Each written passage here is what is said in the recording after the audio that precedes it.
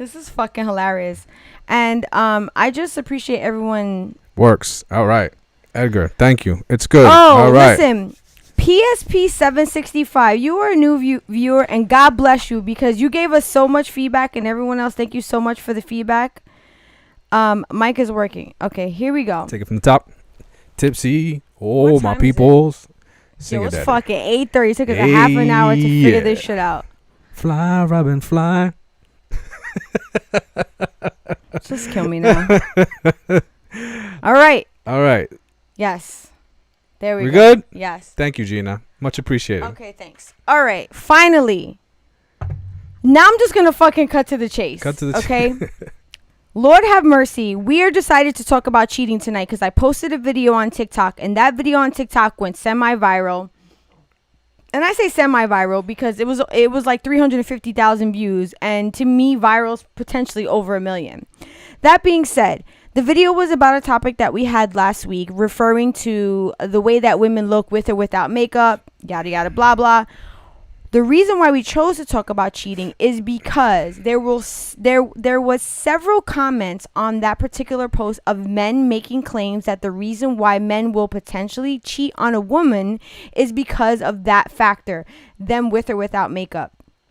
I then was so infuriated by that comment because I feel like there's a level of audacity that comes with that type of comment, because how dare a person say, I will cheat on another person because of their appearance, and the reason why that infuriates me is because then that person who is doing the cheating is taking no responsibility on their own actions. They're placing the blame of their own actions on another person. Right. And I feel like there's a level of audacity to that. That being said, that is the reason why we decided to talk about cheating and why people then will cheat. Right. My PSA was, if you haven't seen Black Widow, I know it only fucking came out today, 12 o'clock on Disney Plus. Please go and see it, because Lord knows, I thank you, Disney, and I thank you, Marvel, for the job that you did for this woman, because honestly, I had tears in my eyes, and it's probably for not the same reasons that everyone else will have tears in their eyes. I just love to see a woman fucking kicking ass and taking names. So do yourself a favor and go and see that movie. Yo, if you like action, if you haven't already. If you like action, they did the damn thing. Okay, so let's get into the cheating, and let's talk about why a person that's in a relationship will choose to cheat. I want to just say right off the bat that I want to denounce any believing in that the reason why a person chooses to cheat is because the other person made them. If the other person held a gun to your head and then said go and cheat, then yes, I can understand that. Other than that, an individual is 100% responsible for their actions as a whole. And technically speaking, if your partner held the gun to your head and told you to go cheat, that would be it's fucking still not cheating. Oh yes, because you're doing something against your own will. Not only are you doing something against your own will, but they are knowingly and willingly telling you to do something. It's almost like you're getting a pass. You may not want to cheat, right? Because you're not about that, but they're putting a gun to your head to do so. So you're actually not cheating. You're just being forced to do something you don't want to do. Okay, so there is no you made me do it. Then that actually furthers my argument. My argument is that anything that a person chooses to do in regards to cheating is on that person. It's never on the other person. So when people make these comments of this is why men cheat, no, men cheat or women cheat because that's what they want to do. That is their agenda. That is their choice. However, I know that Evo has gone and done some research into reasons why people will actually cheat. Like, what drives a person to do these things? Yes. So, what I found was that there's a number of reasons, a wide range of reasons of why people would cheat. Mm-hmm. But it all really comes down to them just having issues with themselves. And when you say them, the person that's doing the The cheating? person that's doing cheating, yes. So it basically comes down to the person that's doing the cheating having issues with themselves. And one of the reasons people may cheat is just from being away from home. Being away from home and being in certain environments, and especially that certain environments that require drinking and things like that, make you tend to have a tendency to explore yourself in ways that you wouldn't if you were at home. So it's kind of like an opportunity where otherwise, if you were home, you weren't far away from home, you wouldn't be able to do. So if the potential to cheat is there, then the reason one of the reasons why it does happen is if that person goes away. So are you saying then maybe just like in an instance where maybe one of the partners travels for work and like let's say they went abroad? Yeah, that's usually when the cheating happens. Like that's one of the more popular reasons situations that people cheat in. Okay. Okay. So that doesn't necessarily say why the person chose to cheat. That's No. just a situation that these are situations. These are situations on why people end up cheating or how people end up cheating. Okay. See, because I couldn't tell you. I mean, listen. There's a wide range of reasons why someone would actually cheat. I mean, it's just a matter of whatever issues they're having within themselves that would lead someone to cheat. You know what I mean? So, for example, like if I'm not happy in the relationship, Mm-hmm. I may cheat. Mm-hmm. If I'm feeling, I have a like also, it was supposed to be later on, but like if I'm not happy in a relationship, Mm-hmm. I'm feeling lonely, I'm feeling not appreciated, Mm-hmm. I'm feeling like sexually frustrated. Mm-hmm. My partner's not or maybe we're not even sexually active, Mm-hmm. arguing a lot, feeling trapped. Mm-hmm. For example, like if you know my significant other's family is too much in our business, or if I'm a stay-at-home partner while the other one going out, and I just feel trapped. Cheating is like a way to break out of that trapped feeling. I could understand. You know what I mean? So there's a lot of different reasons why someone would cheat. I mean, it could be of anything, just to change the way that they feel, because what the person is looking for is that it's almost like a void to fill. It's an emptiness that they're feeling within the relationship that they have now, or a void to fill within themselves. Right. It's a void. They're looking to fill a void, and so a lot of the times it's some type of connection that's missing between their current relationship. Something that's not existing in that current situation that needs to be filled. Because for whatever reason it's not being filled, either lack of communication or communication is happening and it's just not being filled. That person then seeks out that void to fill. So, but could it also just be a void within the person that chooses to cheat that needs to be filled separate from their partner? Again. So I just want to give you an example of what I mean by that. So say, for example, the partner that's choosing to cheat, let's say they're a thrill seeker. Right. That really has nothing to do with the other person. If they like to seek out thrill, then they will then fill the void that they're not receiving as far as a thrill factor, and they'll go and do that themselves separate from their partner. Okay, yes and no, because there's still the opportunity to seek those thrills with your partner. No, I don't. What I just mean is overall they're a thrill seeker as a whole. Okay, so but I don't know. What do you mean? Like you have to like give me a little bit more depth of thrill seeking. So like what is it about thrill seeking that would lead you to cheat? Okay, so because the excitement behind it. So like the excitement of like maybe just meeting someone for the first time and like, you know, just getting into bed with them, or the thrill of something like that. You can't recreate that. That is an insatiable appetite for sexual experiences or intimate experiences that the person just is not satisfied with just one. Yes. So Yes, that's that is what I'm the saying. one. Yeah, that is the one case that I found.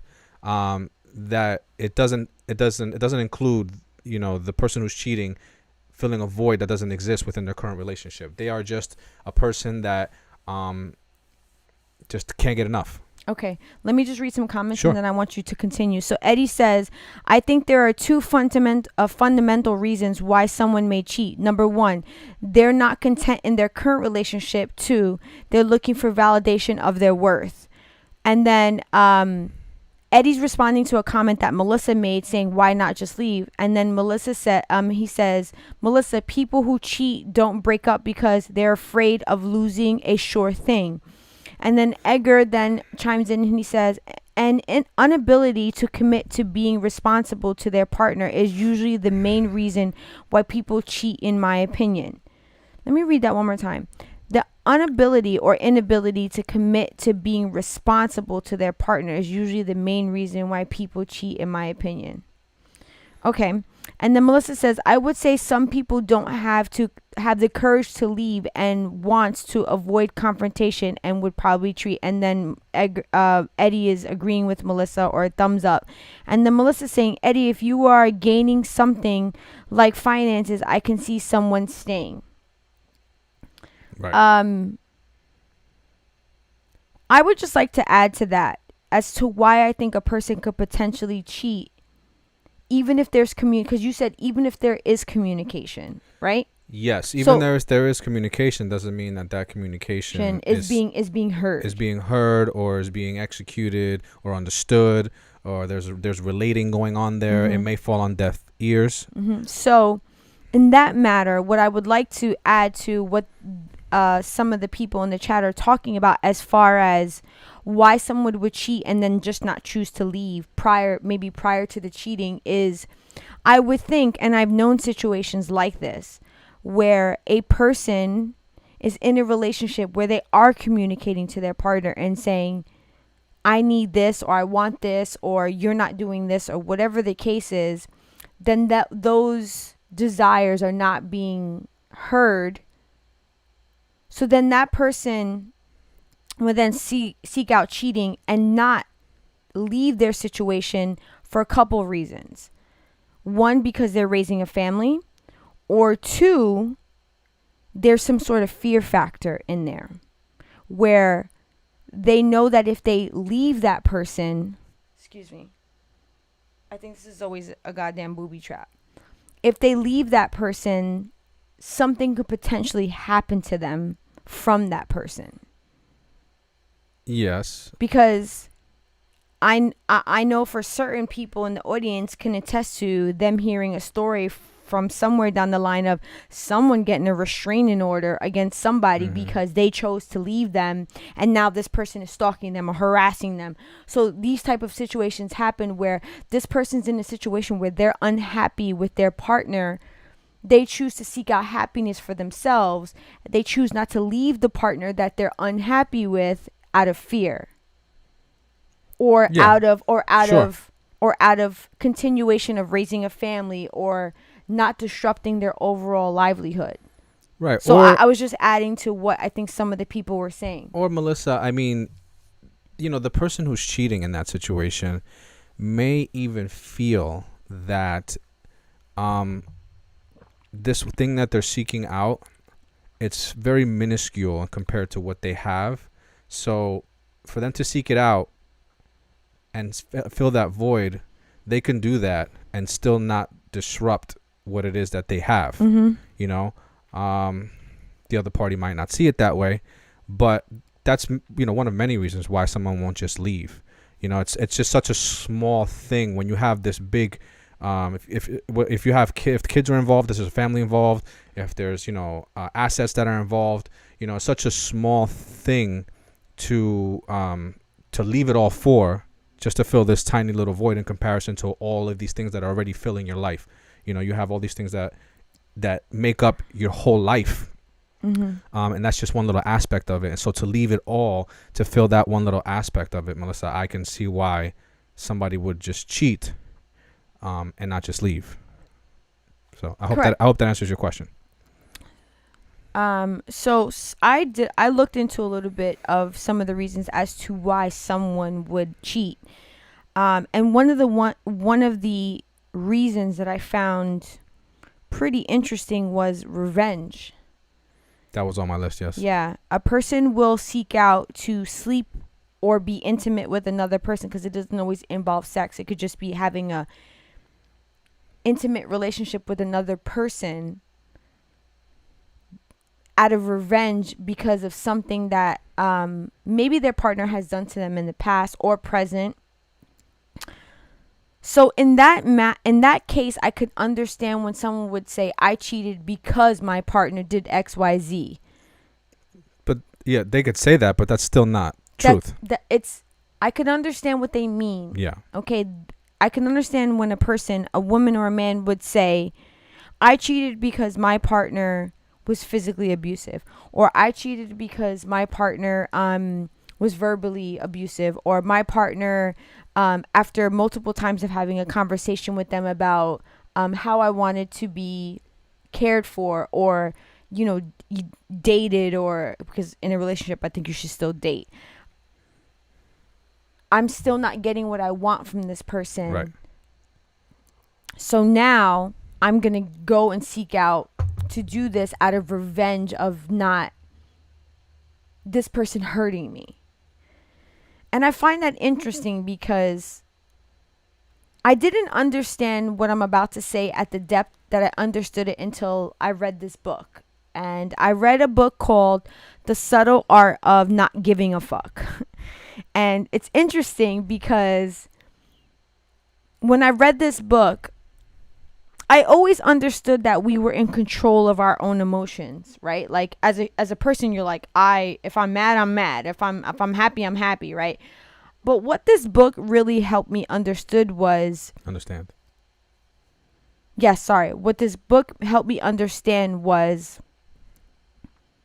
no matter the situation that is presented to you, you were always in control of what the outcome is, based on the way you react. Yes. And what I found so amazing about that, and in the book, the example that was given is, let's say for example, you're in a car accident. And I can relate to this because once upon a time, I was in a car accident where I was at a red light, minding my own fucking business, and a person rear-ended me. At that point in time, even though the situation that had arisen was 100% not in my control, the way that I chose to then respond to that situation was 100% under my control.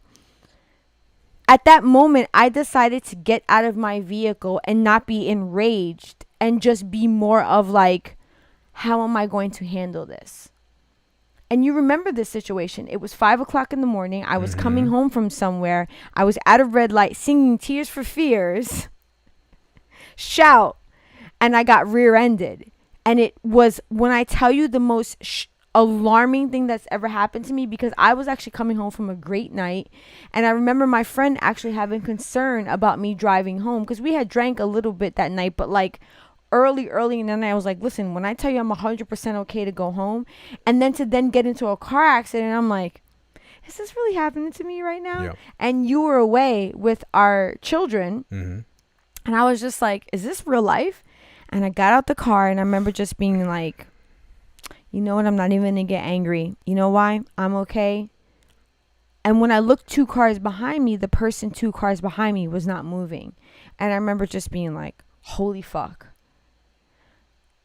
And at that very moment, when I read that passage in the book, that's when it connected to me. That's when I realized that no matter what the situation is, you're always in control of your own feelings and your own actions. Before you respond, I want to read some comments.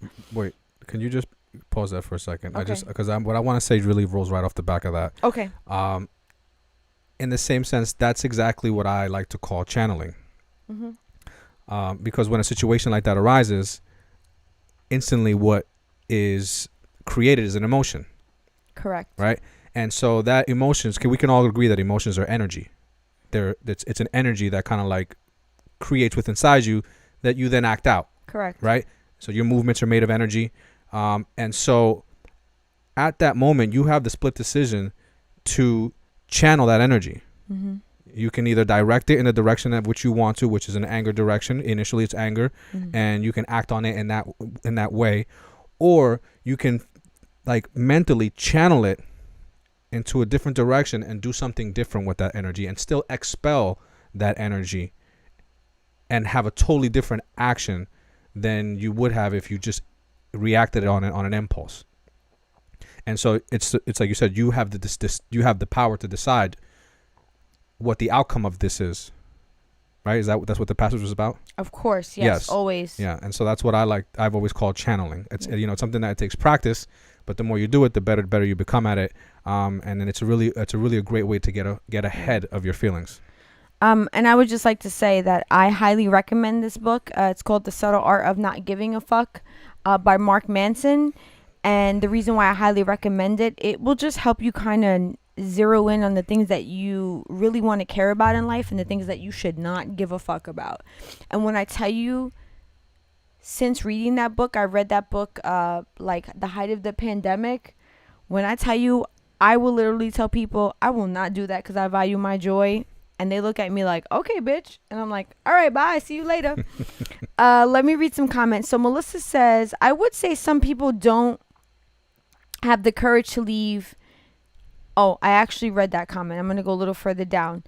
I think you and Melissa make a good point. People who cheat are looking for an escape from their situation, but the pull of their responsibilities keeps them stuck where they are.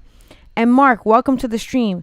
He says, happy evening, guys. I hope you both had a good week. My man.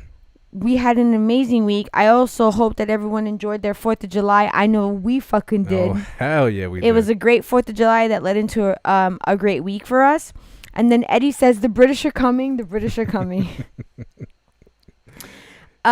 So in addition to the revenge, is there other reasons why you think people then will veer off and cheat? Because there's reasons. And just to be clear, it ain't about why a girl wears makeup or not. So another reason people will cheat is, the one you touched on it.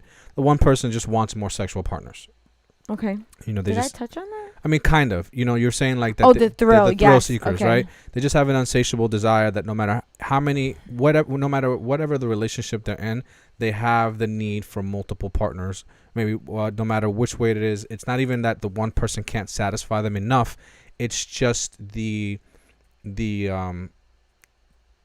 experience of multiple partners is what satisfies their desires. Mm-hmm. Another reason is So, can I just comment on that absolutely, really quick? sure. Okay. So the desire to, and Melissa, thank you so much for joining us. Go tend to your little one. The desire to have multiple partners. We talked about thruples a while back. We talked about polyamorous. We talked about people that venture into that world. Mm-hmm. One of the things that I personally like when I think about that dynamic, a person who enters into a monogamous relationship, and I say they enter into a monogamous relationship because the person that they're choosing to be in a relationship with has voiced that they are wanting to be monogamous, right? Why do you think a person that has that desire, because I don't think that desire just comes while they're in a relationship. I think that desire is already part of who they are. So why do you think a person that has the desire to be with multiplicity enters into a potential monogamous relationship? Because then I think that could potentially lead to cheating. Well, so, I thought about that. And the answer that I came up with was, the only reason I think someone would do something like that is because they really don't know this about themselves fully. I think Okay. maybe going through that phase of life where they're just getting to know themselves and their own desires and their needs. So being in monogamous relationships, thinking that that's what they want, that's what they're supposed to be in, but having this inner desire to always seek other thrills, and having to go through those experiences before they realize, oh shit, this is who I am. Yeah. You know what I mean? And then like after those experiences, entering into the proper relationships. I mean, because like That's so interesting that you say that, because I read an article literally just yeah, about I that. think that I want to say, I'm speaking for myself. I know that where I sit today is built off of the mistakes that I've made and the decisions that I made in my past relationships that I necessarily didn't know whether that I wanted to be in those situations, or I did want to be in those situations. A lot of my we were literally having that conversation right before the live. I literally, what I did within all my relationships is I literally took all the good from that one relationship into the next, and I left all the bad behind it. So I made sure that all those bad experiences I had from the last relationship, I never brought those into the next one. But those bad experiences taught you what you didn't like. Right. It taught me what I didn't like. It taught me what I didn't want in a relationship. It taught me what I liked about myself in that relationship, and I made sure that I brought those into the next relationship so that one could be better fitting for me. Correct. And so I think that someone who has the desire for multiple partners, how does that person end up in a monogamous relationship? I just think that they really don't know themselves. And they're still exploring. They're still exploring themselves. Yeah. So you have to. I feel like you have to go through that. Just getting to know yourself. Evo, that is when I tell you fucking hit the nail on the head. And I asked you that. When I tell you that I asked that question, and I kind of had an idea, but I wanted to see your input on it because I know your thought process on monogamy. I read an article about a person who literally discovered that they needed to be in a polyamorous or open relationship because they were in several relationships and found themselves cheating consistently because they had this desire to be with a multiplicity of people. But what was interesting to the person, and it was a woman, what was so interesting about the dynamic is that every time that person cheated, they still, in their thought process, still never lost their interest in the other person. Right. There was nothing about the other person that made them at any instance say, oh, there's something lacking here. Right. I now want to go here. No, it was literally the person was like, I still love this person. I still desire this person. I still want to be with this person. But I also want to be with this person. So what would wind up happening is the person would then cheat, or the woman in the article would cheat because this desire was so strong in that person. And what was interesting about that is because she didn't understand that about herself. She had to go through several failed relationships to figure out that the next relationship that she entered into, it needed to be open. Right. She needed to say to this person, I really like you. I want to continue seeing you, dating you. But I need you to know that I want to be open. Right. And it was so interesting to me because the reason why it was so interesting to me was because I think monogamy is something that is like beat into our head from when we're young, that like you're going to grow up, you're going to be with a man or you're going to be with a woman. And like the thought of being with multiple is something where people are just like, how can you? And I remember you and me watching a show about that, polyamorous, about people who were married, had children, or single, or whatever it is, and they were in these multiple relationships. And they would say things like that, like, oh, growing up, I just thought that monogamy was the way you were supposed to live your life. So like, when you grow up, you're confused when you're with someone and you're like, why am I still desiring this other person? Me wanting this other person is wrong. I can't do this. So then they cheat. So that I think it goes back to what you were saying about these conversations and about this exploration where a person, it's unfortunate because I do think that there are people who then enter into these monogamous relationships and they don't realize that they want to be poly, like they want to have, and they wind up cheating, and then now the other person is like, you're a fucking piece of shit. Right. And unfortunately, the other person on the other is like, I wish you could understand how I feel. Mm-hmm. So I feel like there's this like unspoken shit that happens, because I think what I want to say is this. But before I say it, I'm going to read some comments. Sonia says, I believe that people cheat because they want to. You can be the best spouse in the world, but there's temptation. But you don't know how to control that sometimes. They don't think with the right brain. Let me read that again. I believe that people cheat because they want to. You can be the best spouse in the world. Hold on.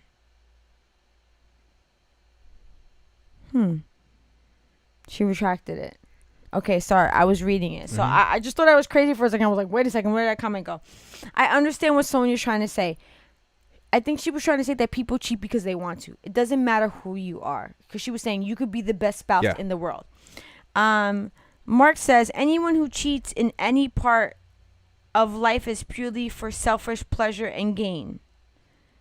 And then Marco says, I haven't cheated since I played Monopoly, and I don't apologize for that. Next time I play, I'll be cheating again. Man, don't lose. I just want to say, if you have to cheat when you play Monopoly, I feel sorry for you, my guy, because Monopoly is fucking pretty cut dry, right? Mark is like, I'm the bank. I'm sliding 100 notes on my side without nobody watching. I used to love being the bank because you have control of all the money. But yes, because when you play Monopoly, someone is the bank. I forgot about that. I haven't played Monopoly in for fucking ever. Yeah. Actually, you know what? Now that our daughter's a little bit older, I think we should get it. I think that would be fun for us to play. Absolutely. I think so too. So some more reasons? I was going to say something, and I kind of forget what I was going to say about being... You were talking about how one person who's poly may end up in a relationship that's monogamous. And, how that situation is unfortunate for one, because the person who's poly may be, still learning about themselves and not fully understanding that they're poly, and that comes at the expense of the person who's monogamous. Yes, 100%. And now I remember, I was gonna thank you so much for like fucking saying that again. What I was gonna ask you is, and I know this is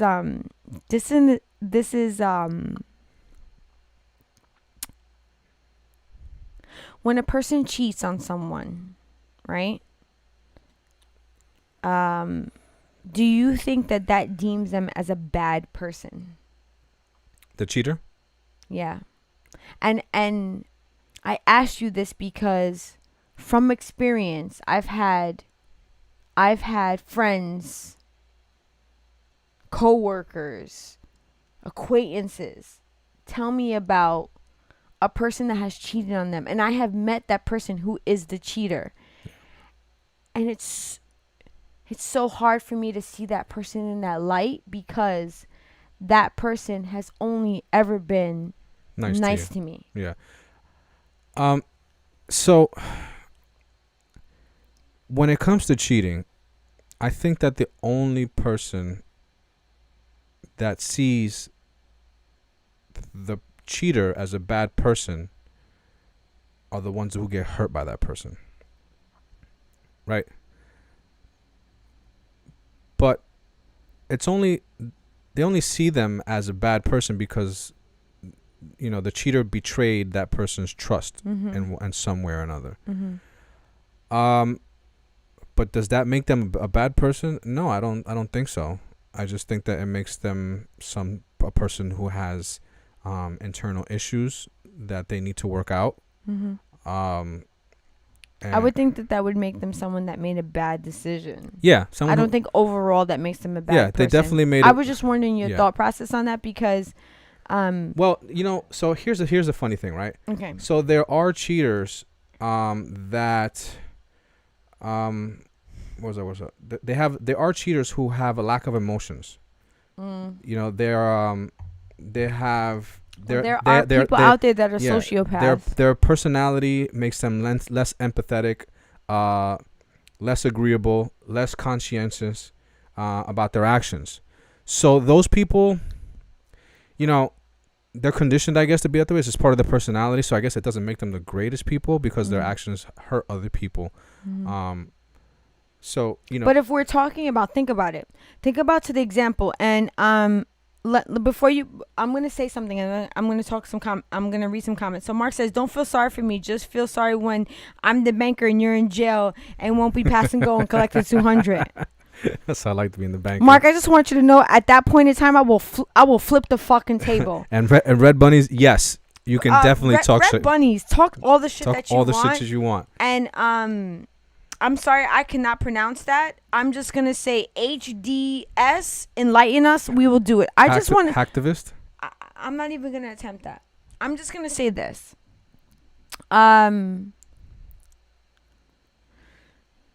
I lost my train of thought again, but what we were talking about. So you were asking me, does cheating make the cheater a bad person, right? Because you know people. Yeah. So you were saying that I'm gonna tell you, you were saying that person has issues and that they could be looked at as a bad person. But think back to the conversation that we were just having 5 minutes ago, which was a person who is actually a person that desires to be polyamorous or in an open relationship, and they're going through life trying to figure out who the fuck that they are. And then what winds up happening is that they wind up entering into these monogamous relationships that they enter into them because society tells them that that's how you should be. It should be a man and a woman, or a man and a man, or a woman. They should be monogamous. So they are then venturing out, doing that. And deep down inside, they're like, I'm doing this, but this is not for me. So then they fuck up and they cheat, potentially.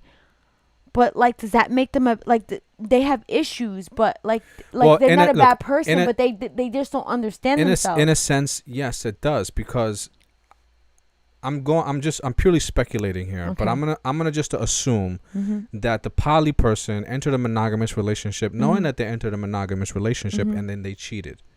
Okay, so there is that conscious act, or that conscientious act of deception that was acted on by the poly. So kind of they're bad. Correct. I would agree with you. Exploration or not, it's at the expenses of another person's emotions. I would agree with you, because at the top of the hour, I did say that you're still responsible for your actions no matter what. Absolutely. So someone else is paying for your actions. That person now, may have trust issues moving forward. You know what I'm saying? Maybe affected you affected someone psychologically. This person may have to now go to counseling. It just causes a whole slew of issues for other people. You getting to not you, that poly person just getting to know who they are. But it's one reason why people cheat. And Mark says, hope you guys, I have to go. Hope you guys have fun night. Have a great time. Mark, thank you so much for joining us. And Red Bunny says, we live on a ball floating in a vacuum of space. You know what? There's some truth to that. I'm just going to say this. If you are going to come on here and talk some fucking... Are you trying to talk shit? No. If you're going to talk some conspiracy shit... Oh, yeah. Red Bunnies, please don't do that. We will get blacklisted. Yeah, we actually went down that rabbit hole a few lives ago. The internet will just be like, no. And YouTube did not like that. Unless you're Neil deGrasse Tyson, do not talk about space. Do not talk about interstellar. Do not talk about black holes. Do not talk about flat Earth. Talk about anything but that. All I have to say is this. I would definitely agree with you on that stance. But I want you to continue talking about some of the reasons why a person would cheat. Because we talked about revenge. Yeah. And then we talked about basically not knowing yourself. Yes. And we talked about a person who's either poly or just has and the exploration, an insatiable appetite. Desire, yes, an appetite for other partners. Another reason is, and we talked about for their personality, just in being less empathetic. That will lead Well, someone to cheat. okay. So funny story. When you say less empathetic, what I said to you was and Red Bunnies, I love that. They said talk about anything but space. 1969, Neil Armstrong went to the moon. Did he really though? Again, did he really though? So they say. I love the diversion. You know what's funny, right? Just to touch on this, just to touch on this real quick. Wait, I'm gonna lose my train of thought. You said, tell me. I'll bring you back to that. Okay, no, but just tell me so before I lose my thought. We were talking about personalities and less empathetic, and you were gonna say something about that. That's all I need to know. So Red Bunnies. I saw a postie. Was it yesterday, right?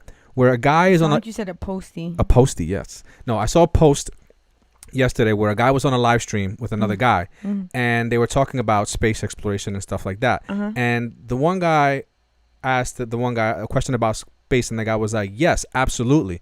And behind him was a picture of what looked like a spaceship in outer space, looking down at Earth, and then you can see like the wing of a satellite at the bottom of the screen. Okay. So at the bottom of the screen there was like a wing of a satellite poking out, and then all you saw was what looked like the ocean and clouds. And the guy says, is this picture taken in outer space? And the guy was like, yeah, of course it's taken in outer space. He was like, here we go. It was actually, no, and he rotated the picture upside down, zoomed out a bit, and the guy was actually in his backyard with the satellite dish sticking up through the corner of the picture. Yeah. And he just easily tricked him. Yeah. Into thinking it was like a satellite or something orbiting in outer space. I knew you were going to say some shit like that. And I'm like, I don't even want to hear it right now because I just wanted to let you know if anyone is going to argument Neil Armstrong landing on the moon in 1969, I will just tell you right now, I'm a huge Neil deGrasse Tyson fan. This is totally diverting us from our conversation, which I'm totally fine with. I'm a huge he's an astrophysicist, Neil deGrasse Tyson. And the reason why I say I'm a huge fan is because he's dispelled this theory about Neil Armstrong really landing on the moon and how people say that it was CGI and didn't really happen. The amount of effort it would have taken to create that type of fakeness in 1969, it would have taken more effort to create it to be unreal versus being real. We didn't have that technology back then. Look how far the CGI has come now versus fucking 40 years ago. In addition to that, there's still CGI now that when I watch it, I'm like, ay, Dios mío. I'm like, this person is bending Red Bunny. A fucking rubber band right now. So Neil deGrasse Tyson has a show called The Cosmos. He goes deep. You have to watch it. I've listened to Neil deGrasse Tyson on Joe Rogan's podcast. I want to say probably like every single time he's been on there, which is I think a total of 4 times. Just recently he was on there. Long story short, I have no problem talking about space, but we could just not talk. We cannot talk about stuff that has not been scientifically proven, because if we do, we would get blacklisted, because we talked about aliens one time and it was just over for us. Yeah, it was. It definitely was. So when you said no emotions, I'm going to go back to that real quick. What I want to tell you right now is this. I didn't understand for a long time what a sociopath was. And I had to do a little research into it. And the reason why I say that is because one time, a while ago, maybe more than 20 years ago, I came across a test that, oh, God bless you, that's our kitty cat. I came across a test that you could take that would determine your level of sociopathicness. If I'm saying that right. Okay. And 100% honesty, I scored really high on it. And it said that I was actually 60% sociopath. And a person who is a sociopath lacks emotion. And you and I both know that the reason why I lack emotion is because of my upbringing. So I had to learn how to hide emotion. So my ability to hide emotion then turns into me lacking emotion. And I didn't understand that growing up. So when a person lacks emotion, There are people in this world that they do things, and them going into something and potentially hurting someone, they don't understand the depth of that because they are somewhat, to an extent, a sociopath. Okay. And it's fucked up. And I know it's fucked up. And it's so hard for someone to be like, what do you mean they're a sociopath? I'm literally telling you that there are people who grow up in this world who have the inability to understand another person's emotion because they lack that. Mm-hmm. And speaking from experience, a person that went through a lot of things in my childhood where I had to hide my emotion because if I showed how I really felt, I'd be punished for it. I would learn really quick how to conceal it. What wound up happening was I buried it so deep that I literally sometimes went about life almost not exhibiting emotion. So an example I can give you is if someone, a friend of mine was hurt, whether it be physically, emotionally, whether a friend of mine was crying or sad about something, I literally did not know how to show that person sympathy. Mm-hmm. I didn't know if I should hug that person. I didn't know if I should stroke that person. You lacked empathy. On a level that was concerning because if this person is my friend, Mm-hmm. a long-term friend, and they are in pain, they're crying, they're hurt, someone did something to them, I literally was, it's almost like I was like frozen in time. I would just be like, Well, I mean, I cannot actually move right now. So when a person then acts on their impulse for something, right? Yeah. When they're just like, okay, I'm talking to this person, they're not hearing me out, I'm then going to go seek this other option. And then they're not going to think about how that potentially could pain another person because they lack a level of fucking empathy. And it's really almost not to their own fault, which is crazy to me. yeah, no, I hear what you're saying. It's one. And you know listen, how long it took me to get to that point. Right. It's one of the many reasons, why someone would end up cheating in a relationship. So, there's that. There's also the fact that people can be conditioned to think that cheating was okay. And what I mean by that is someone can grow up in a family where the parents were cheating. There was infidelity in the marriage, and they knew about it. And they knew about it. It came out, and for some reason it was either worked out or accepted within the family. And now these kids grew up conditioned thinking that this is okay, that this is how relationships are. You know what that reminds me of? The Sopranos. Yeah. Because it evades me right now what the main character's name was. Tony Soprano. Duh. He was an avid cheater. Yep. And I think it was very prevalent in his dynamic in his life that that's what he did. Right. Because he took care of the family. He took care of his wife very well. He took care of his children very well. And it was just like, okay, you guys are taken care of. Mm-hmm. This is what I'm going to go out and do. So when you say that, I 100% understand what you're saying. Yep.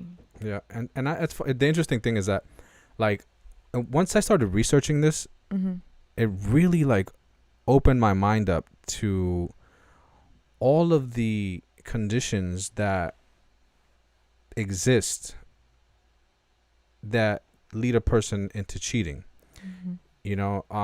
Like some of our viewers, that have stated that, when people cheat, it's very selfish and things like that. That's kind of like the way that I saw it to a point at the beginning. But once I took a deep dive into this, I realized that some of this stuff could, really comes from, can be psychological, psychological issues that the person has. That's what I was talking about, being a sociopath. Yeah. When I tell you that I took that test, when it was alarming to me that I was like closer to being a sociopath than a fucking regular human being, that shit blew my mind because the lack of emotion and the lack of ability to sympathize with another person alarmed me. Yeah. But then I really had to understand why I was like that. It wasn't because like I had a chemical imbalance. It was because I was conditioned to be like that. Mm-hmm. Where I know that there's other people that are like that in this world, that they go through traumatic experiences in their life, and then it like molds them in a certain way where then these people then go out into the world and they do things to other people. And I'm just going to say, we're actually about 15 minutes away from our top 5 for tonight, because we're going to do it a little bit later because we started a little bit later tonight. I more recently have been listening to fucking a podcast called Crimes of Passion on Spotify, and some of the podcasts that I've been listening to talk about that, is that these traumatic experiences that people then experience in life at a young age mold them into being a particular type of adult. Yeah. And sometimes it turns them into a monster, which is fucking I don't want to say that it's insane, but it's also it's very it's frightening. Mm-hmm. Because the type of trauma that people can experience in a young life, when reading and listening to some of these podcasts, it's saddening what you can listen to about what people went through in their young life. There's sometimes that I share some things that have happened to me when I was younger, and people look at me in complete fucking shock. Yeah. Because they're just like, how the fuck did you live through that? And Right. and I'll just be like, you know what, 100% not sure, but here I am. So when you say these things to me, I understand. I want to read some comments real quick. So Red Bunny says, you can tell that I'm from Europe when my shit talk is submarines and Apollo. I appreciate that you joining us from Europe. Absolutely. That makes me so happy, because Europe is someplace that I want to go to very soon. I haven't been able to recently in our life. And then the pandemic hit, and then it made me realize that like Europe is someplace that I want to go to sooner than later. Yeah, I would definitely. I mean, I've been for sure. Yeah, you have, and Yeah. I And haven't. it was very nice. It was very nice, and it definitely left me with the appetite and the desire to want to go visit it again. I went to Budapest, which was a great experience. And then Red Bunny says, women are emotionally intelligent, men are more mathematics. Some are visualists like Einstein. It's really rare. I will say that women definitely do carry a higher level of emotional intelligence, and I will say that only because I think that men are taught to be less emotional. So it's harder for a man to be empathetic to an array of situations. And what's interesting about that is, in my past work life experiences, I've actually taken tests as far as emotional intelligence, and I scored really high in emotional intelligence. Mm-hmm. And again, that comes from my trauma in life. Right. It comes from me experiencing trauma and just being like, oh shit, this person is actually they need help. In regards to that, We got quite a few more reasons why people cheat. people could potentially cheat. Yes. I was blown away by a lot of this stuff, because I just, You didn't think. I just didn't think, that there was so many different reasons. But another big one was, and this is, it's simple, but it's a big one, because I want to say this is the more popular one. Where it was just Popular. because this is something that I feel like I've heard this more often than not, which is something was missing. It was the lack of excitement, lack of love, chemistry was missing. Mm-hmm. Something in the sex was missing, and then there's also the possibility. I mean, the situation where someone entered a relationship too fast, settled down too quick, got too serious too fast. Mm-hmm. And maybe don't really have it in them to break it off, so they end up just kind of seeing where it goes, and it ends up lacking a lot of stuff, and then they just end up cheating, and it just turns into a disaster. There's also falling out of love with someone, will lead someone to cheat. That makes me think of that saying. There was like, I'm in love with you, but I'm not in love with you. Yeah. No, I love you, but I'm not in But love I'm not with in you. love with you. Yeah. So You know what? I know that saying sounds so fucking cliche, but I believe that there's truth to that.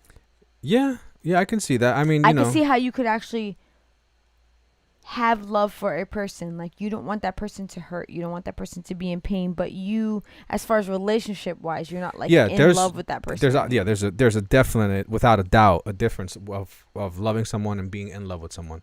You know? Because like I can love my relatives, but I'm like not in love with them. And and you're not. I'm not Cersei. Loving someone is not going to create infatuation.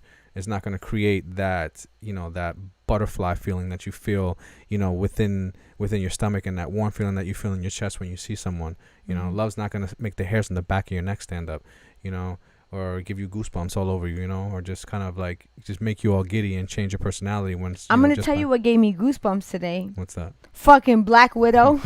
Yeah, I know it did. Quite a few scenes got you. Black Widow had me on 100 today. Listen, Marvel don't miss. Yo, that motherfucker don't miss. I'm sorry for diverting this conversation. I'm just going to tell you, anytime I see a woman on screen kicking ass and taking names, a bitch get fucking goosebumps. Yeah. I'm going to read some comments and then we're going to get back into it real quick. All right. So PSP 785. I just want to know, PSP, did you get your name from Sony PSP? Because I had a Sony PSP. You remember? So did I, yeah. I think we actually had 2 of them. Yeah, we did. If I'm not mistaken. That was my I actually like that device. Yeah, so did I. I know. But you know what's so funny is that it was, now that I think about it, I feel like it was ahead of its time. Because remember, we felt like it was so big in comparison to the Game Boy. Yeah. And now we have a Switch and I'm just like, oh, I fucking love this thing. Mm-hmm. Anyway, I divert real quick. So PSP says, from my personal experience, both parties have some accountability when someone cheats. Interesting. I've been cheated on before and I hated her for a while, but I had to be honest with myself at the end there. I got complacent in the relationship and stopped giving her attention and stopped putting in effort. Yo, PSP, I just want to say right now, thank you so much for sharing that. That is a very raw comment, and I appreciate you for that. It takes a big person to be able to look at themselves in the mirror and recognize the role that they could potentially have played in this situation to better themselves as a person so that it doesn't happen to them moving forward. 100%. That was I appreciate you sharing that. Yeah, I mean, the fact that you're able to gain power and knowledge out of that experience, hopefully made it all worth it. In addition, PSP 785 says most people will not look at what they did wrong in the relationship. Right. Which further we've spoken about that. Yeah, which further adds on to what you just said. Red Bunny says women, they try to zigzag between the left or the logic and the right or creative sides of the brain. And PSP, Marvel does not miss Captain Marvel and Ant-Man. Oh, Marvel does miss. I enjoyed Ant-Man. PSP. I enjoyed Ant-Man and I enjoyed Captain Marvel. I'm gonna have to disagree with you on that, my brother. Yeah. But hey, listen, we can agree to disagree. I will firmly disagree. But listen, we can agree to disagree. Absolutely. Because listen, if you're a Marvel fan, you're a Marvel fan, and I think that you're gonna have a gripe. There's times that you're gonna have a gripe. I actually really loved Captain Marvel for my own personal reasons. I really enjoyed it. And I'll state them real quick. She was a strong woman, but she still had her feminine side. There were things about her throughout the movie that I really appreciated that, like, I feel like sometimes when you have these strong female kicking ass characters, they take away their more feminine side. The fact that they love, the fact that they're mothers, the fact that they're sisters, and the fact that we do things as women that men just don't do. And there were parts of her where like she screamed and she yelled and she just did things that girls do. And I love that part of her. And her love for her partner's little girl really is what did it for me. In addition to that, I'm sorry, I fucking love Ant-Man. Ant-Man is my guy. Yeah, Ant-Man was great. The reason I think Captain Marvel was great was that they released Captain Marvel. They couldn't have released Captain Marvel at a better time. And what I mean by that, and you said it in the movie theater that night. Yes, it was because it was in the middle of this Me Too, women's power movement, and let me tell you something. Captain Marvel hit that right on the head. Yes. And that's what I said. Marvel don't miss. And don't miss. FYI, That was a power move right there. Paul Rudd is my guy. Yeah, Paul Rudd is that dude. He's my guy. Since fucking oh my god, what movie was he in with Alicia Silverstone? Oh, I know what you're talking about. That was Clueless. Clueless, yes. Since even before that, he was my guy. Absolutely. Paul Rudd is my guy. All right. All right. So we diverted. So, and I don't mind diverting. So, let's just wrap this up. We have a couple minutes before we get into our top 5 for tonight. And our top 5 for tonight, it's a whopper. Yeah, it is. All right. So let me just run through this real quick. So we also have. What else? I'm kind of like skipped around here.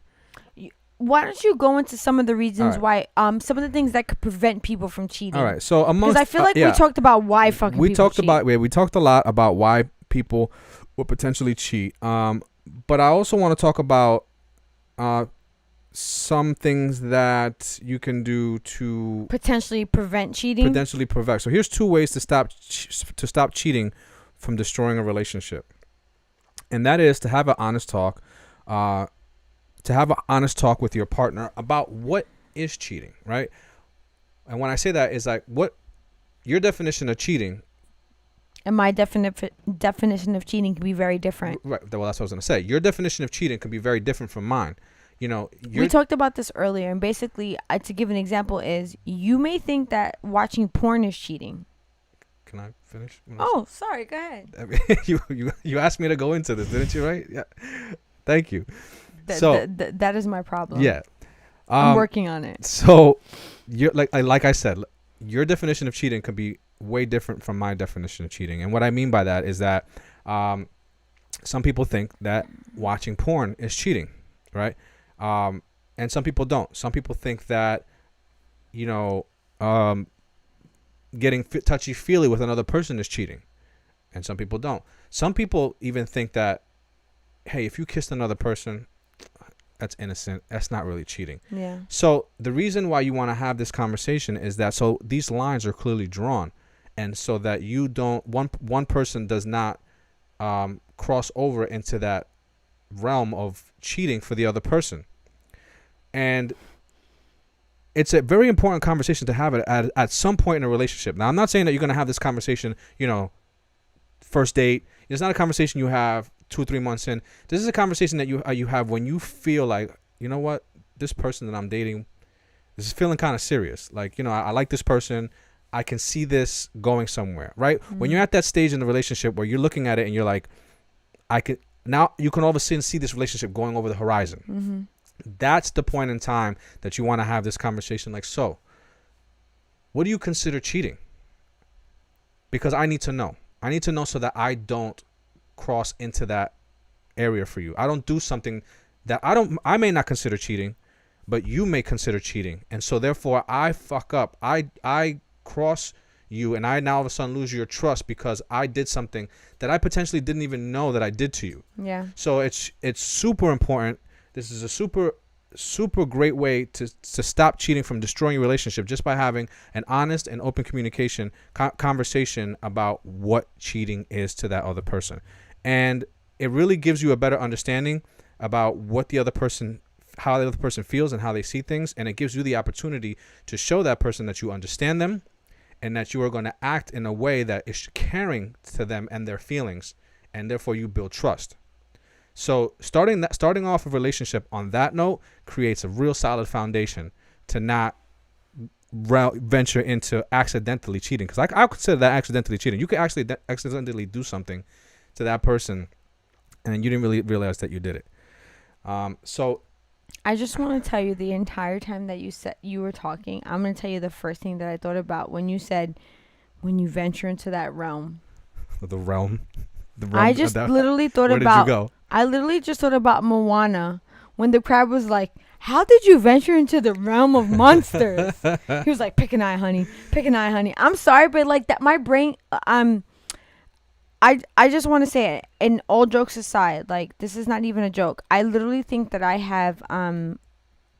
I think I got out of the school system before they started to diagnose children with ADD or ADHD, because my brain literally, there are times where you could be doing what you were doing right now, and as you're talking to me, my brain is going somewhere totally separate. Yes. And the minute you said realm, I was still listening to you avidly. I 100%, when I tell you, like, I 100% agree with what you just said, but the entire time I was listening to you, I was just going, how did you get into the realm of monsters? I know. I can tell because I see the look in your eye. Because I was smirking the whole time. It's so fucking horrible because I don't want that to happen. I don't want my brain to go there. I want to, like, not, like, I literally just want there to be a blank slate while you're talking to me.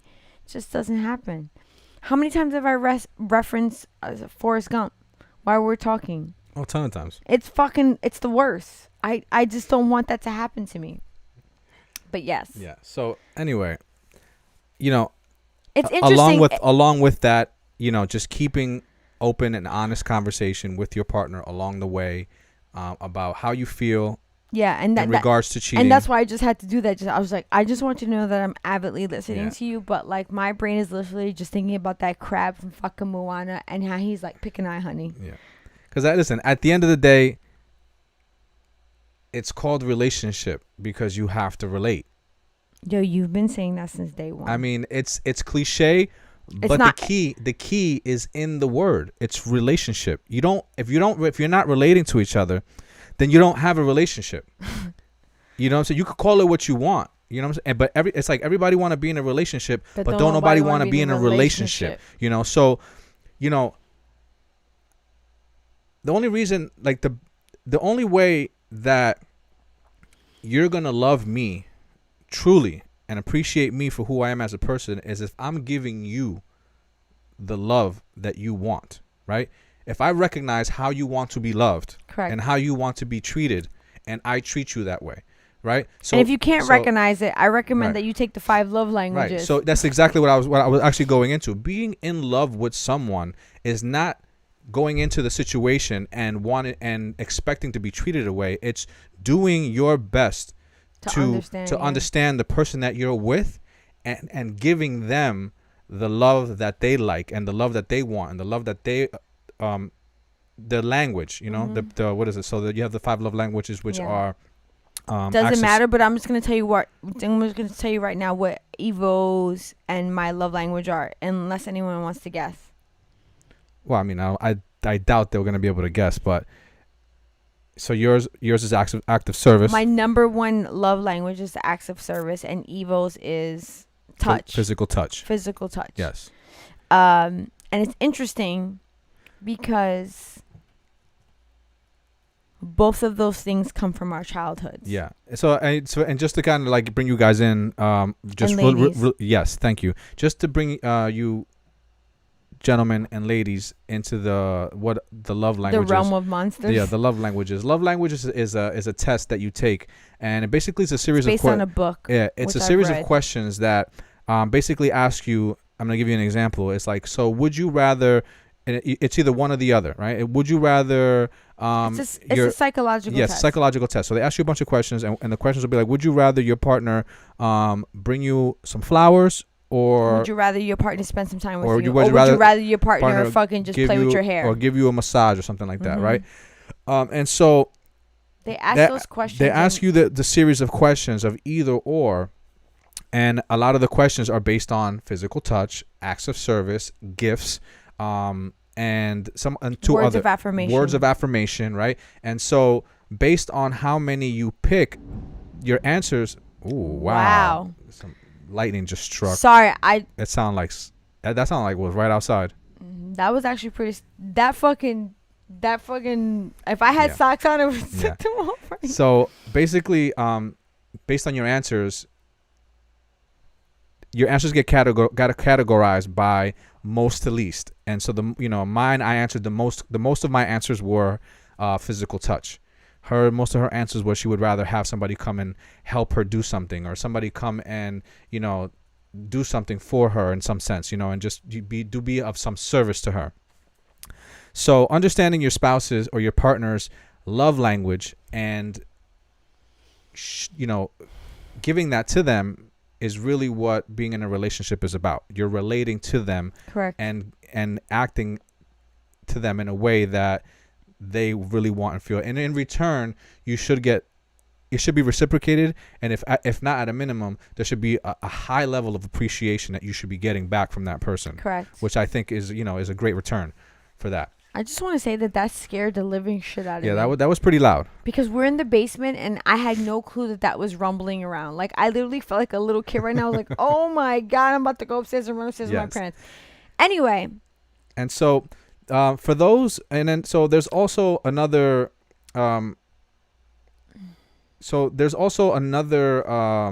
interesting approach and solution to getting through a situation that potentially involved cheating. There's a book called The Science of Trust, The Science of Emotional Trust by John Gottman, and it explains a new approach to understanding and changing couples. It's a fundamental social skill called emotional attunement, right? Attunement. Emotional attunement, which describes... We're not a fucking attuning anybody. Yeah, emotional attunement, right? And it describes couples' abilities to fully process and move on from negative emotional events, ultimately creating a stronger and closer relationship. At the end of the day, it's a book that's going to help you get through a fucking horrible experience of cheating. Yes. So, and I think that's important because... and I've looked up this book on Amazon. It has fucking great reviews. A lot of people are saying that it really helped them, whether or not they continued their relationship or whether they decided to exit their relationship. Right. So, and I think that's very important too, because that's it's one way to kind of like get over the situation, because for a lot of people there is no going back when it comes to this. Correct. I know. Yeah, this is like the end of, when someone gets cheated on. For some people, that's the end of the line.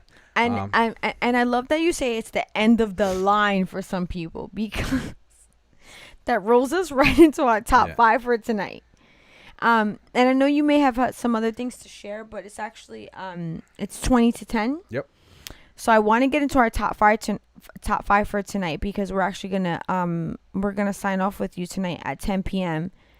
Because we started a little later than usual. Our top 5 for tonight is coming off of the back of the fact that I have been doing nothing more recently than working out and listening to fucking podcasts that involve crimes of passion. And in addition to that, what I thought was really interesting is that we decided to talk about cheating tonight, and then I was like, wait a second. The majority of people that conduct these crimes of passion, it's because of cheating. Yeah. It's because one of the people in the dynamic has gone out and done something that has made the other partner fucking infurious. And then they do these crimes of passion. So we decided tonight that we would thought it'd be interesting to talk to you about the top 5 most heinous crimes of passion. And I will say this. There was a lot more than I fucking thought that there was. Because a lot of these crimes go back really far. Farther than I thought that there was actual documentation of. So I'm just going to talk about, I guess, crimes that are a little bit more recent. I don't know, in the last fucking 3 decades or so. And let's just get into it. Because there's some pretty bad ones out there. There's some really bad ones. And at the same time, I know that they're so fucked up. But why do I find these things so fucking interesting? Because I literally will run on our treadmill while I'm working out and listen to these things. And I almost forget how long I've been running, because I'm listening to a podcast that's 2 hours fucking long about somebody that's been chopped up into little bits. Yeah, literally going off the deep end. Off the deep end. I don't really want to go off the deep end. So let's get into it. Our top 5 for tonight. Most heinous crimes of passion. Dun, dun, dun, dun. I'm going to start off with our number 5 for tonight. And at first, when I thought about this topic, I thought that this was actually going to be a little bit higher ranking until I did my research. And I was like, oh, God, this ain't got shit on the rest of these things. Our number 5 comes King in as... Kong ain't got shit on me. I'm sorry, I didn't mean to interrupt your top 5. Number 5 for tonight is Joey Buttafuoco and Amy Fisher. Do you remember? Okay. Yes, I remember them. let's go into the story a little bit. Our number 5 for tonight is Joey Buttafuoco and Amy Fisher. That was the ice skating rink scandal, right? 100% not. That was Tanya Harding. Oh, shit. Excuse me. That was a fucked up one, too. Yeah, but that had nothing to do with Crime of Passion. Zero. No. I love you, but no. No, you're right. Okay, so Joey Buttafuoco and Amy Fisher and Mary Jo, who was the wife. Amy Fisher was the mistress. Just give you a little background story as to why this was our number 5, because when I say our most heinous, this is definitely not the most heinous. Joey Buttafuoco was having an affair with a 17-year-old girl in Long Island, and he then tried to end the relationship with this 17-year-old girl that he was having an affair with against his wife, Mary Jo. He tried to end the relationship. His little 17-year-old mistress decided that she was not having it. She was going to drive to their house, have a friend actually drive them to their house. She's going to go knock on the door, and the wife, Mary Jo, I was going to say Amy Jo. Mary Jo opens the door. The young girlfriend at the time, then I don't know exactly, they didn't divulge exactly what was said, but the wife, Mary Jo, basically was just like, all right, bitch, get the fuck out of here. Amy Fisher decides to pull out a gun and fucking shoot the wife in the face. Ding dong. She shoots her, and then what winds up happening was she winds up paralyzing Mary Jo somewhat on the side of her face, scarring her. That was basically the end of the story. And Joey Buttafuoco then serves 6 months in prison for statutory rape because he was 46 and the girl he was having an affair was fucking 17 at the time. And Lord knows how long they were having a relationship for. I know he got his ass beaten, Joe.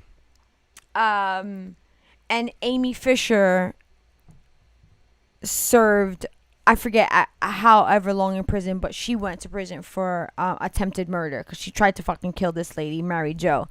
Now, what I can tell you, what I remember about this story, because this happened in my lifetime, is that Mary Jo, like, stood with Joey Buttafuoco for a little bit after this, which I found appalling. She got shot in the face by his 17-year-old mistress, which blew my fucking mind. I'm like, what? How does that even happen? I'm sorry, you shoot me in the face? No. Staying with you was out of the question. There's no recourse. Like, how do you go back from that? I'm definitely going to question, your ability to make rational decisions if you make so a decision that you made caused me to get shot in the face. Like, I'm just going to have a little bit of concern. Like, the fuck? I'm going to second guess the decisions that you're making in life, You're gonna second guess? I'm gonna second if I'm no, Amy, if I'm Amy. I'm like saying it like almost like really like. No, I'm being sarcastic. Okay, good. Yeah. I'm like, so am I. I'm just like, what second guess? No, like it would be worse than that for me at this point. Yeah, okay. All right. Joey Buttafuoco was lucky that his wife didn't shoot him. Thank you. That is my point. Like, are you kidding me? Yeah. Like, you got this little, and then on top of that, he's a 46-year-old man. He's obviously manipulating a 17-year-old little girl, because at 17 you're a little girl, and I'm gonna say that because at 17 I was a little girl, and I know that I was. Looking back, let's go on to number 4 because that shit kind of pissed me off. This one kind of strikes a chord for me, only because when I did the research and then this was brought back up, I was like, fuck. Number 4 for the night, for the most heinous crimes of passion, was Phil Hartman. Do you remember him? Mm-mm. Oh, wow. I can't believe you remember Phil Hartman. Let me bring up a picture for him, because the minute I bring up you want to bring up a picture of Phil Hartman? Let me see if I'll pull something up. Go ahead, continue. Okay, so Phil Hartman was an actor, comedian, and he was in a marriage, and he then asked his wife she was abusing drugs. Phil Hartman then asked his wife to stop using drugs. Oh, yes. I remember him. Yeah. He was a sketch comedian, and in 1998, he threatened to leave his wife if she didn't stop using drugs. And after an argument, he went to bed, she did some cocaine, and decided to shoot him in his sleep. She killed him. She shot him and killed him in his sleep. She shot him in his sleep. Yeah. Wow. After doing some cocaine. After her, yeah, cocaine is a hell of a drug. So yeah, Is this okay? that's Phil Hartman. You don't I need didn't to see anything further than that. No, I wanted to show a picture of him and his wife, Okay. but I wasn't. I wanted to just make sure that this was her. For some reason. So yeah, and the reason why I thought that was so fucking sad was because I liked Phil Hartman. I liked him as a comedian. I liked him as an actor. And I remember when this happened, and when I looked this up, I was like, fuck, bro. This guy was taken from us because he was trying to have an honest conversation with his wife about abusing drugs. And she decided, not only am I going to kill this man, I'm going to do the drugs that he's asking me to stay away from. She was like, not today. Yeah. Which fucking, that shit blew my mind. So let's move on to number 3. All right, I'm sorry. I was trying to pull up a picture of That's it, fine. and I couldn't. It wasn't loading up. So I'm gonna tell you what's really funny. This is totally off subject, but I'm actually trying to teach myself how to speak Spanish, and the app that I use sends me these really funny messages, and it's just like, "Hey, I miss you. Come back on." that's it. You're cheating. I'm You done. know what? I'm out of Evo? here. I'm done. It's over. I just think it's so told funny. you that phones giving you funny messages like that. That's this. I is look at crossing my the line phone and I see a message that says "I miss you," and it's fucking from this Duolingo app that's like, "Hey, where have you been for 2 days? You haven't come on and practice." So what you said? Wait, lingo? It's called Duolingo. Duolingo. Get it? Like you have the ability to speak. Duolingo. Yeah, you could speak more than one language. It's fun. It's a play like what, a spin on bilingual. Yes. So that was number 4, Phil Hartman, and I knew once you brought his picture up, you know who I was talking Yeah, about. I So remember. fucking, that's crazy to me. He was just like, "Hey, honey, can you stop doing coke?" She was like, "Yeah, sure, honey, no problem. Go to sleep. I'm actually gonna do a bump of coke and then fucking kill you." I'm sure she probably did a lot more to get that amped up to fucking shoot his Well, ass. the article that I read, this is that she did some cocaine and then shot him in his sleep. So I mean, that's neither here nor there. The fact that she went to that extent, again, fucking blows my mind. She must have had a hell of a Literally, drug no problem. pun intended. Huh? She must have had a hell of a drug problem, if it came down to that. I mean, these are assumptions, and I And don't like you to know- make you know what's- assumptions. you I'm know only what's- gonna state facts. Here's the funny thing. She had to quit anyway. Yeah, because She went to jail. She went to She went prison. to, she went to Yeah. jail. Well, I would think that not. Again, from experience, I'm just gonna say this: there are some people in this world, sadly, who have drug problems because they actually have mental issues that they themselves don't understand, and the drugs sometimes will. Listen, I get it, right? I know, and I Do you get it? I do, I really do, because you know, one. Well, what I was referring to was just the irony in it, right? So like he wanted her to quit. She killed him, and she then, killed him and ended up in prison where she was in a place where she couldn't do the drugs anyway. Well, I mean, that's not always true. I But mean, okay. listen, it probably took her a while to get to the point where she could access that in jail. Sorry, so if she did, she went a while without it.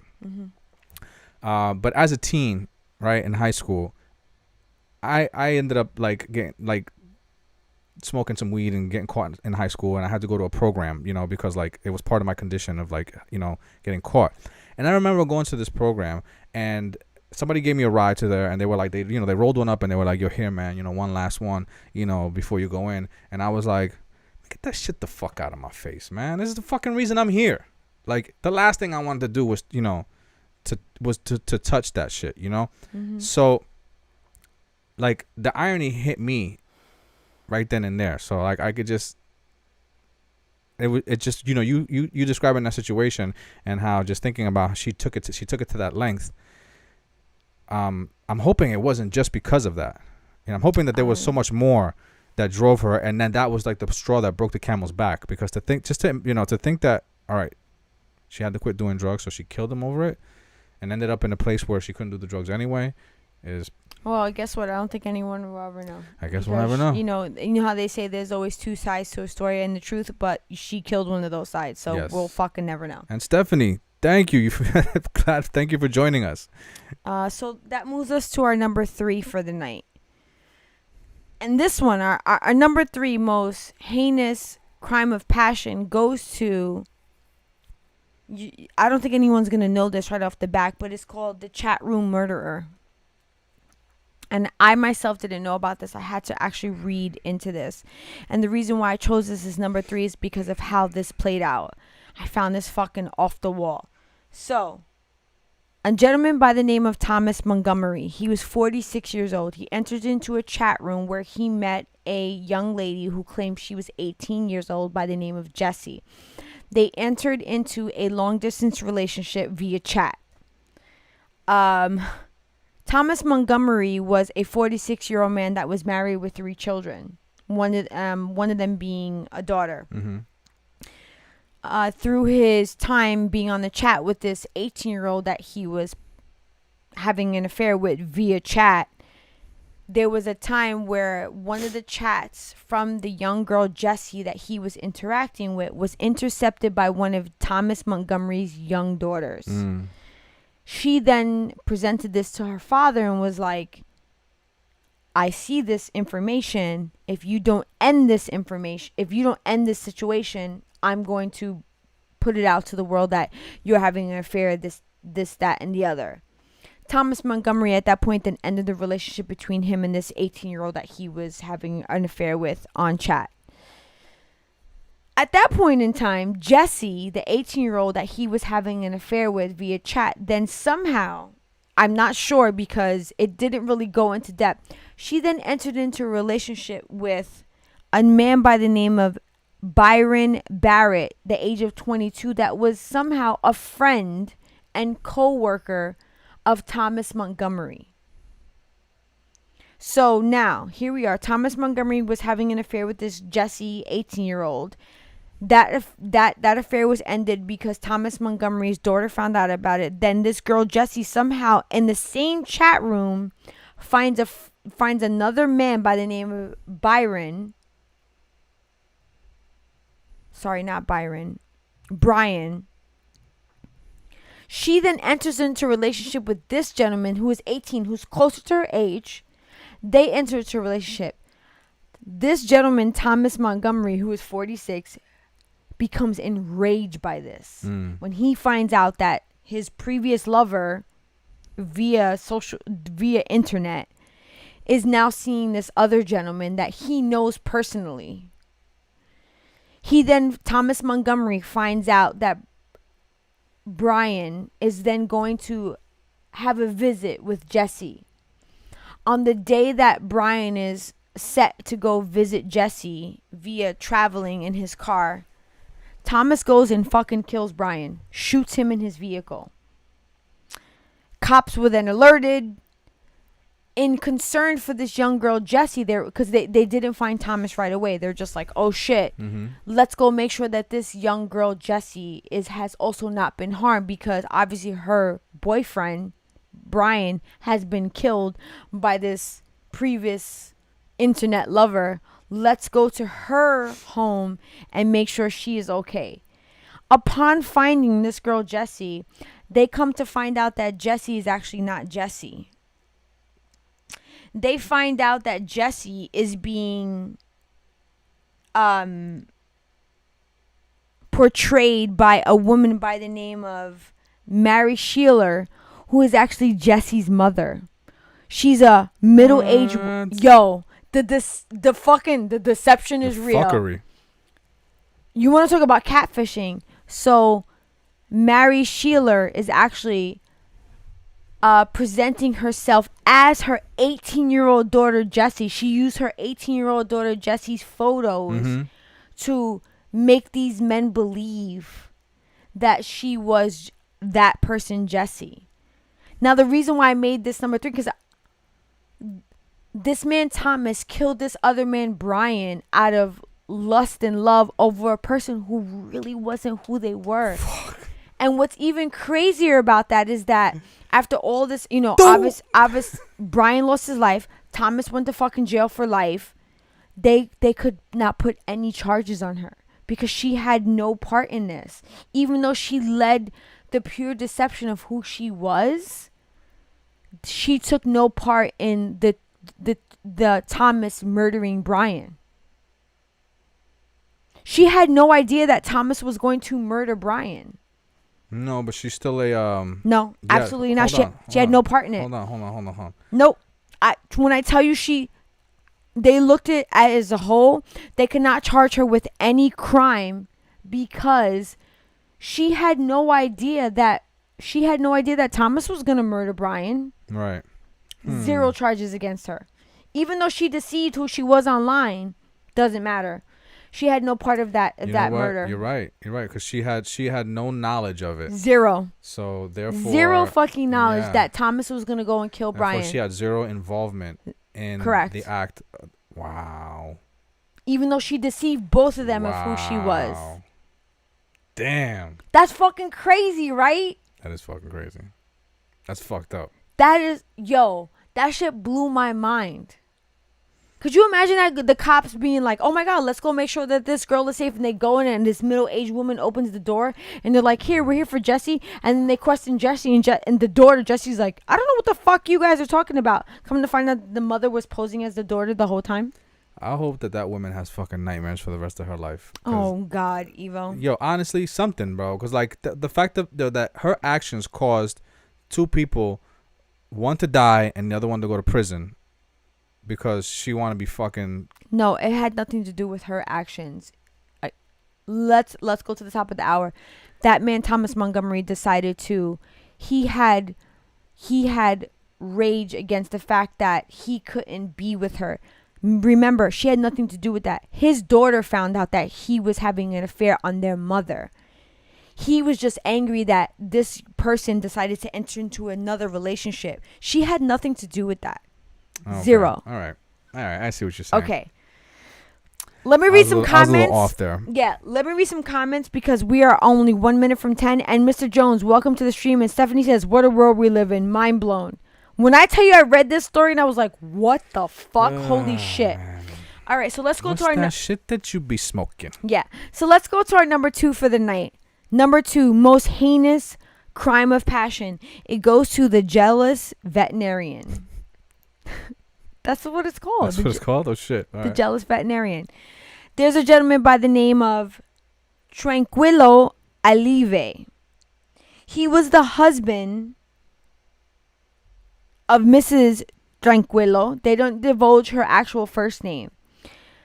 Let me just tell you this story. Mr. Tranquillo, right? Tranquillo?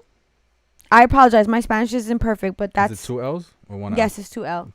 Tranquillo. Tranquillo. Okay. He was married to his wife, Mrs.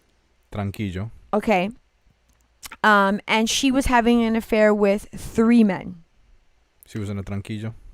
Oh, my God. I'm sorry. I had to. She was having an affair with 3 other men. One of these men was a veterinarian who was extremely jealous. This gentleman decided that he was going to send a package to the husband of alcohol. And this package that he sends to the alcohol, by the way, this happened in the 1950s. He sends this package of a sample of alcohol. And in the sample of alcohol, it basically says, hey, I'm this so-and-so maker of this alcohol. I'm sending out samples to people for them to try this new drink. Here's my free sample. Mr. Tranquillo immediately tries the sample. It dies immediately. Damn. This veterinarian, through a syringe, had poisoned the drink with basically a chemical that could tranquilize 50 fucking animals.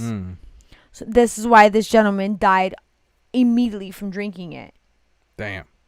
So again, even though the wife was having an affair, she actually had no idea that one of the jealous lovers, who was a veterinarian, sent this drink to the husband. Conspired to kill the husband. Because the guy's idea was, I kill this guy, I could have her to myself. Mm-hmm. Do you know in the 1950s, do you know how they caught this guy? How? Because they had no trace, because he injected the bottle, the poison into the bottle through a very, very small syringe into the cork, so that you couldn't even tell. Right. It was through the typewriter that he used to make the note. That's how they found him. Yeah. Wow.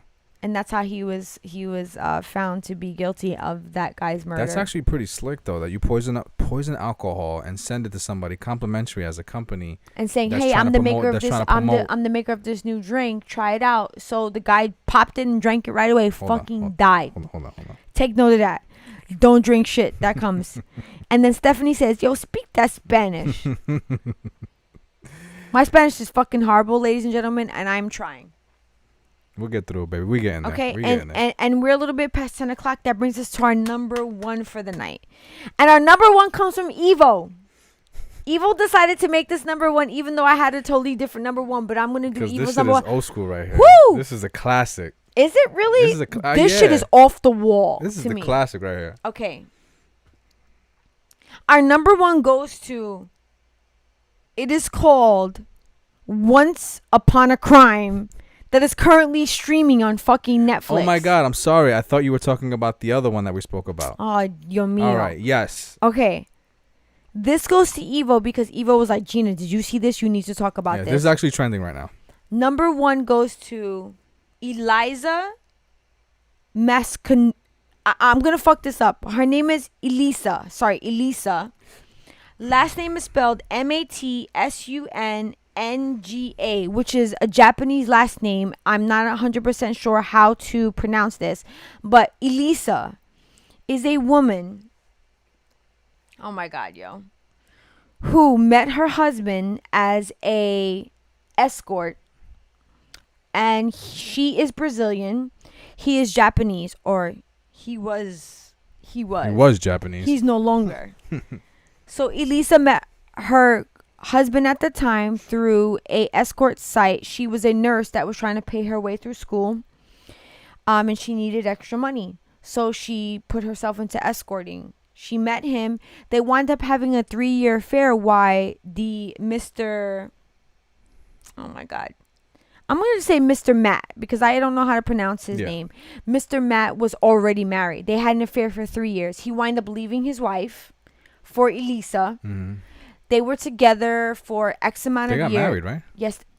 Yes, they got married. He left his previous wife to marry her. And while they were married, he then cheated on her. Very wealthy man. Extremely wealthy. He was an heir to a very prevalent Japanese food line. Yeah. At this point in time, during when she found out that he was cheating, she was going to end the marriage. Right around the same time she found out that she was pregnant with their first child.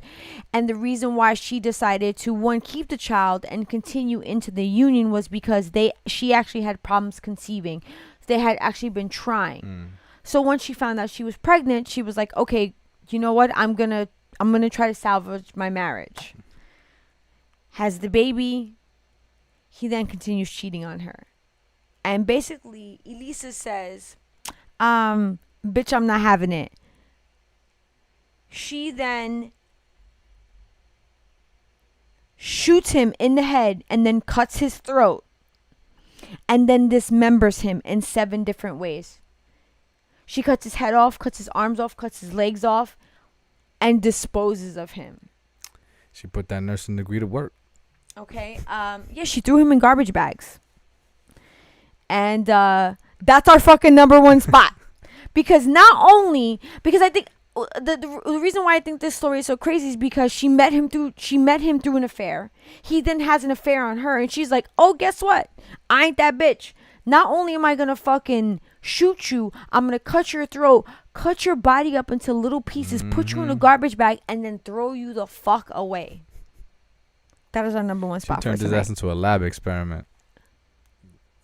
She did. Yeah. I know, but like I see things a little differently. I don't make jokes about people losing their life. But what I'm just saying to you is that shit is heinous. We said it was our top 5 most heinous crimes. And I would just like to dedicate this top 5 to my friend Amanda, who introduced me to this Crimes of Passion podcast. Because now I have like this weird obsession where when I work out, that's all I want to do is fucking listen to these Crimes of Passions podcasts. And that's our top 5 for tonight. All right. But I just will say this before we end our live for tonight. I had an honorable mention. And it was Lorena Bobbitt and John Bobbitt. And the reason why they're just an honorable mention is because Lorena Bobbitt didn't actually kill her husband, but she cut his fucking penis in half. Twist it, pop it. No, too much. You see? Sorry. And you know what I thought was so crazy? Listening to in an interview, people were like, "Why did you just throw his penis out in the road?" She goes, "Because you know what?